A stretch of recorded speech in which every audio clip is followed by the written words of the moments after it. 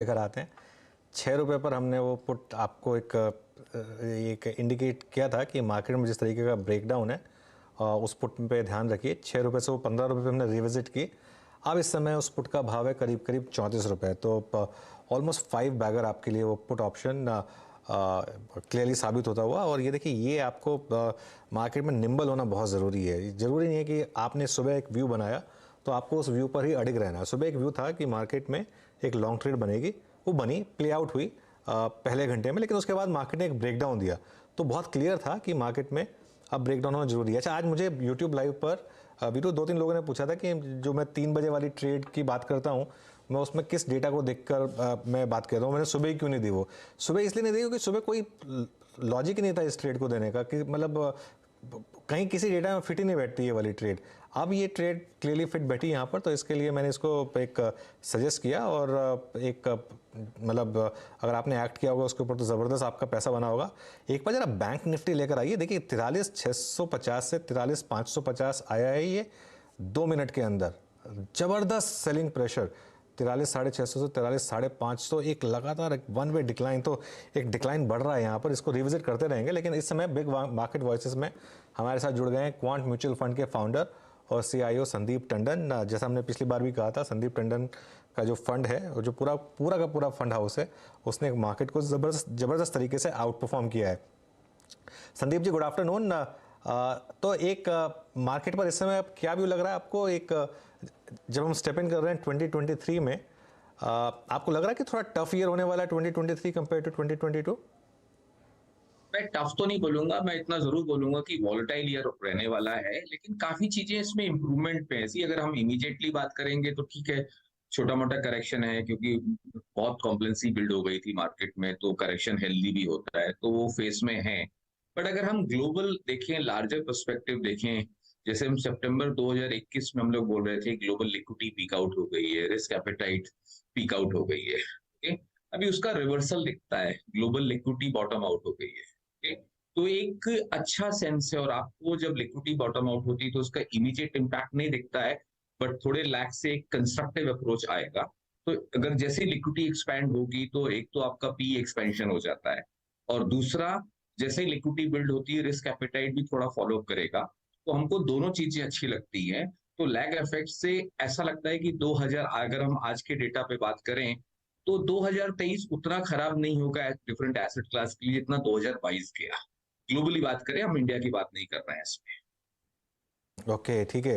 तो इस समय फिर मार्केट में संदीप जी स्ट्रैटेजी क्या है? क्योंकि आखिर आपकी स्ट्रैटेजी डिफरेंट होती है और आप उस हिसाब से मार्केट का आउट परफॉर्म भी करते आते हैं।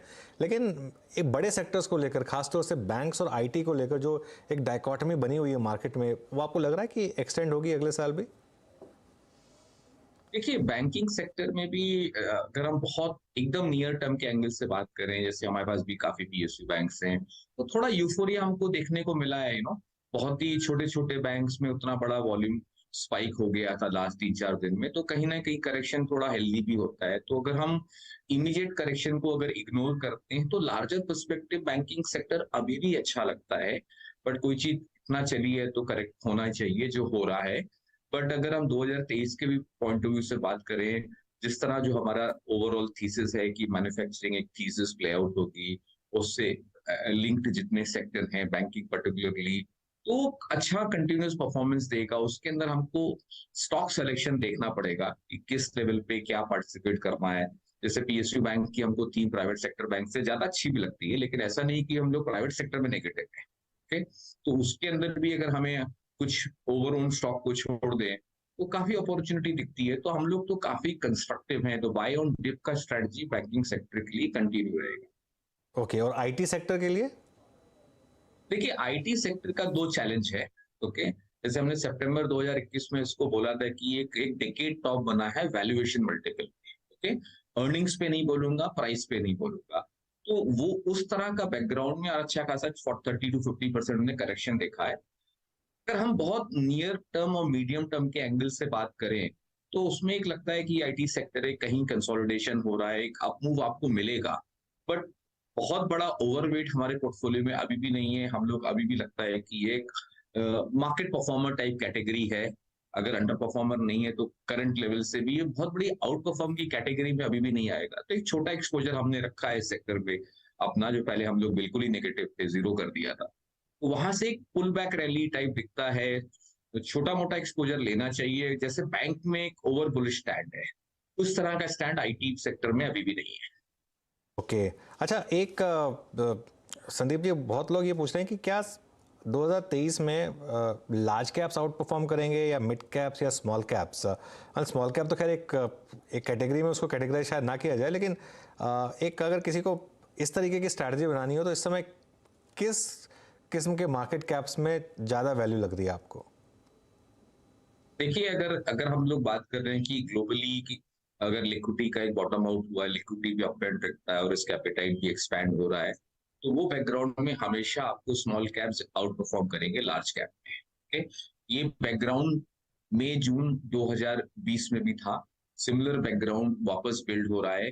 तो वो बैकग्राउंड में रिलेटिव बेसिस पे अगर अगर हम एब्सोल्यूट की बात नहीं करें, सिर्फ रिलेटिव की बात करें, तो स्मॉल कैप और mid cap index, particularly small caps, मेरे को लगता है कि यहाँ से प्योरली ऑन डेटा एनालिटिक्स एक लार्ज कैप को आउट परफॉर्म करेगा, लेकिन उसमें भी आप सेक्टर और स्टॉक्स अपने को देखने पड़ेंगे।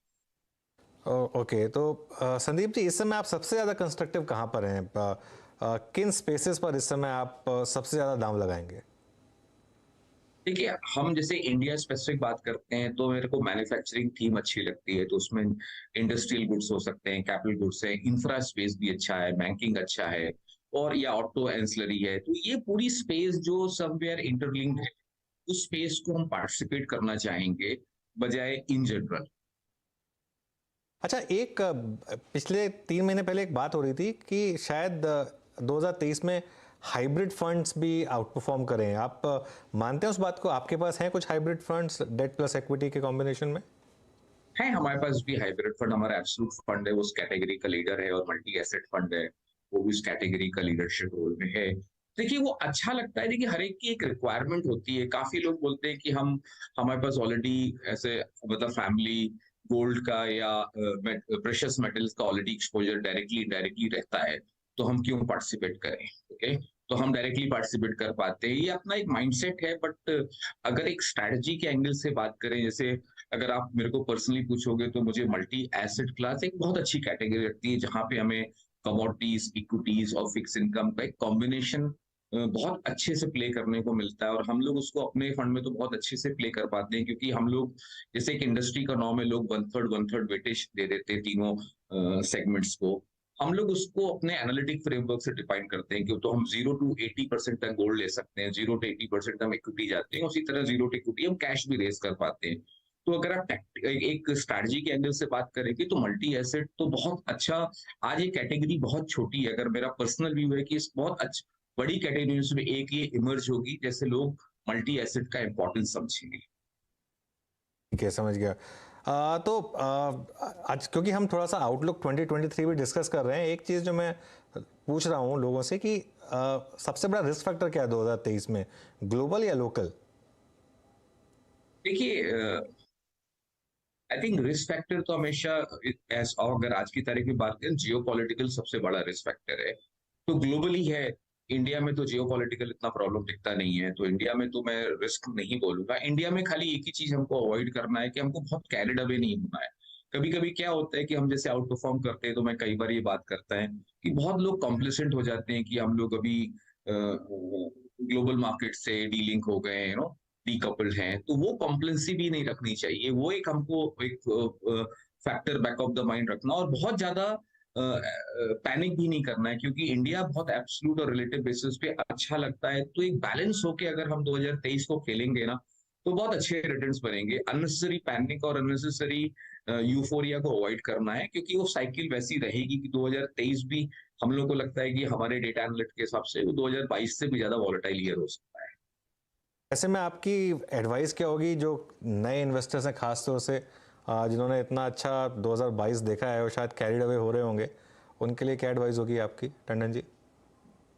फंड इन्वेस्टर या एक जो आम निवेशक है, उसके लिए तो मैं बोलूंगा कि एक बाय ऑन टिप स्ट्रेटजी को पार्टिसिपेट करें, क्योंकि ये एक रिटेल का डिकेड है। जैसे मैं हर लास्ट टाइम भी शायद कहीं आपको मैंने काफी चैनल्स पे मैं बोलता हूँ कि हर बुल मार्केट का एक लीडरशिप होता है। तो इस बुल मार्केट का लीडरशिप जो 2012 से स्टार्ट 2020 से अप्रैल 2020 से स्टार्ट हुआ, उसका लीडरशिप है रिटेल के हाथ में। तो रिटेल ड्राइविंग सीट पे है, तो रिटेल के लिए तो ये बहुत बड़ी अपॉर्च्युनिटी है। मैं तो एक डेकेड की अपॉर्च्युनिटी बोलता हूँ, प्रोवाइडेड हम लोग इसको पेशेंटली प्ले आउट करें।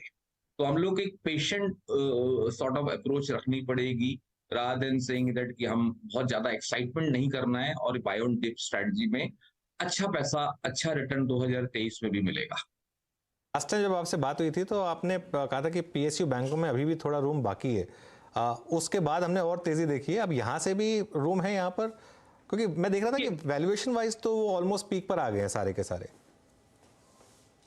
अगेन देखिए, जैसे मैं आप लोग बात करें कि हाँ, अपनी बात हुई थी, आपने अच्छा मूव्स भी देखा, तो हमको भी लगता है कि कहीं ना कहीं एक नियर टर्म एंगल से अगर हम बात करें, एक नियर टर्म पर्सपेक्टिव से एक थोड़ा बहुत जरूर यूफोरिया हुआ है।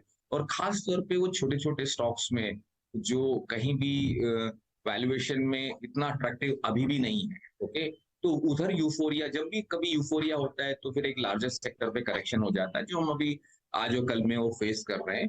बट मुझे अभी भी लगता है कि ये बुल मार्केट में जो पीएसयू बैंक का एक बड़ा रोल रहने वाला है। अभी हम लोग बात करते हैं, काफी स्ट्रैटेजिस्ट लोगों ने एक लेफ्ट आउट फीलिंग है, तो सब लोगों ने इसको एक टैक्टिकल बाय किया है, क्योंकि कोई भी मिस आउट नहीं करना चाहता है। बट मुझे जो लगता है कि ये कोर होल्डिंग होगी, क्योंकि ये पूरा डेकेड वैल्यू स्टॉक्स का है। तो अगर हम एक डेकेड की बात करते हैं, तो उसके अंदर तो हमने भी क्या एक क्वार्टर का मूव देखा है या 2 क्वार्टर का मूव देखा है, तो बहुत बड़ी पिक्चर बाकी है। तो मैं तो उसको बहुत अलग ढंग से हम लोग अपने पोर्टफोलियो में देख रहे हैं कि ये एक लॉन्ग टर्म अपॉर्चुनिटी है, और मैं काफी स्टॉक्स को एक कोर पोर्टफोलियो की तरह हमने बिल्ड किया है। इसलिए हमारे म्यूचुअल फंड के अगर हमारे पोर्टफोलियो में देखेंगे तो पब्लिक सेक्टर का वेटेज प्राइवेट सेक्टर से बहुत ज्यादा है। तो वो कोर पोर्टफोलियो है, वो ट्रेडिंग या टैक्टिकल पोर्टफोलियो नहीं है। आखिरी सवाल, आपने मैन्युफैक्चरिंग का जिक्र किया। मैन्युफैक्चरिंग में इशू ये है कि मैन्युफैक्चरिंग इन इटसेल्फ एक सेक्टर नहीं है, वो कई सब सेक्टर्स का एक जोड़ है। तो उसमें विद इन मैन्युफैक्चरिंग क्या आपको सबसे ज्यादा पसंद है? देखिए, अगर हम इमीडिएट, जैसे कैपिटल गुड्स का सेक्टर बहुत अच्छे से प्ले आउट हुआ है। लास्ट अगर हम 1 महीने की बात करें तो करीब करीब इंफ्रास्ट्रक्चर स्पेस में भी अपॉर्चुनिटी अच्छी बिल्ड हो रही है। ठीक? तो एक अगर हम इसको आइसोलेशन में नहीं देख पाएंगे, कि कहीं ना कहीं अगर ये पूरी थीसिस को देखें कि ये स्पेस अच्छी लगती है, तो जैसे ऑटो का ही एक, जिस तरह से ऑटोमोबाइल्स में जिस तरह प्ले आउट हुआ है, मुझे ऐसा लगता है कि ऑटो एंसिलरी में भी प्ले आउट होना बाकी है, तो अभी भी अर्ली स्टेजेस पे है। तो एक बास्केट अप्रोच ज्यादा अच्छा रहेगा अनुज, रादर देन सेइंग दैट कि हमको एक सेक्टर या एक चीज बहुत पसंद है। तो मैं ये पूरी मैन्युफैक्चरिंग और अलाइड इंडस्ट्रीज को एक बास्केट अप्रोच से क्लियर आउट करूंगा। उसमें बेटर रिस्क एडजस्टेड रिटर्न मिलेगा, बजाय हम कोई स्क्यूनेस दिखाएं अपने पोर्टफोलियो में। ठीक है, फेयर इनफ। अच्छा, एक लास्ट सवाल, और ऑब्वियसली आपके फंड ने तो खैर काफ़ी आउट परफॉर्मेंस जनरेट की है, लेकिन 2023 में एज अ बेंचमार्क आपको लगता है कि निफ्टी या सेंसेक्स या जो भी बेंचमार्क इंडेक्स है वो फिक्स इनकम को बीट कर पाएगा, या थोड़ा टफ होगा इस एनवायरनमेंट में? देखिए, अगर हम नियर टर्म या ज्यादातर मीडियम टर्म के हिसाब से बात करते हैं, पहले अगर यूएस मार्केट की, तो मुझे लगता है कि वहां पे भी एक इंटरेस्ट, अगर 10 ईयर यील्ड्स की बात करें तो वो एक साइकिल पीक आउट हो गई है फ्रॉम मीडियम टर्म पर्सपेक्टिव। अगर लॉन्ग टर्म बात करें, जैसे हम 8-10 साल की बात करें, तो वो एक यूएस मार्केट का 10 ईयर यील्ड अभी भी बुल मार्केट में है, स्ट्रक्चर बुल मार्केट में है। पर अगर US market medium term peak out हुआ, इन्फ्लेशन कंसर्न पीक आउट हुए हैं, तो हमको यहाँ भी लगता है कि इंडिया भी 10 ईयर यील्ड भी पीक आउट हुआ है। तो वो पॉइंट ऑफ व्यू से कहीं ना कहीं एक आप एक अपॉर्चुनिटी है, जहां आप गिल्ड फंड टाइप में, हम लोग भी अपने गिल्ड फंड लॉन्च कर रहे हैं, या कोई ड्यूरेशन फंड में है, तो आप लॉक करना चाहें तो लॉक कर सकते हैं करंट लेवल से, क्योंकि यहाँ से इंटरेस्ट रेट ग्रेजुअली कम हो जाएंगे। Okay, but equity and asset class में अभी भी हमको लगता है कि जो तरह का इन्फ्लेशनरी एनवायरनमेंट ग्लोबली है, और जिस तरह से वेल्थ का डिस्ट्रक्शन हुआ, अर्निंग्स का जो डिटोरेशन हुआ लास्ट 1 साल में, और जो फेस था, जैसे मैंने आपको बोला, सितंबर 2021 में हमने ग्लोबली यूफोरिया देखा, लिक्विडिटी श्रिंक हुई, ओके, रिस्क एपेटाइट करेक्ट हुई, अब उसका रिवर्सल दिखता है। ओके, लिक्विडिटी एक्सपैंड हो रही है, रिस्क एपेटाइट एक्सपैंड हो रही है, तो पी मल्टीपल भी एक्सपैंड होगा। तो वो बैकग्राउंड में इक्विटी एंड एसेट क्लास तो हमको बिल्कुल छोड़ना नहीं चाहिए, और मैं अभी भी यकीन करता हूं कि अगर आप इसको अच्छे से प्ले करें तो equity S an asset class आपको 2023 में डेट की कंपैरेटिव बहुत अच्छा रिटर्न देगा। जी भी शुक्रिया आपका जुड़ने के लिए और ये सारी बातें रखने के लिए, बहुत अच्छा लगा आपसे बात करके। और उम्मीद करते हैं कि जो आपकी आउट परफॉर्मेंस है वो आगे भी कंटिन्यू रहेगी। 2023 के लिए आपको ऑल द बेस्ट। थैंक्स अनुज। चलिए, तो ये एक बात हुई क्वांट म्यूचुअल फंड से। मार्केट थोड़ा स्टेबल होता हुआ 3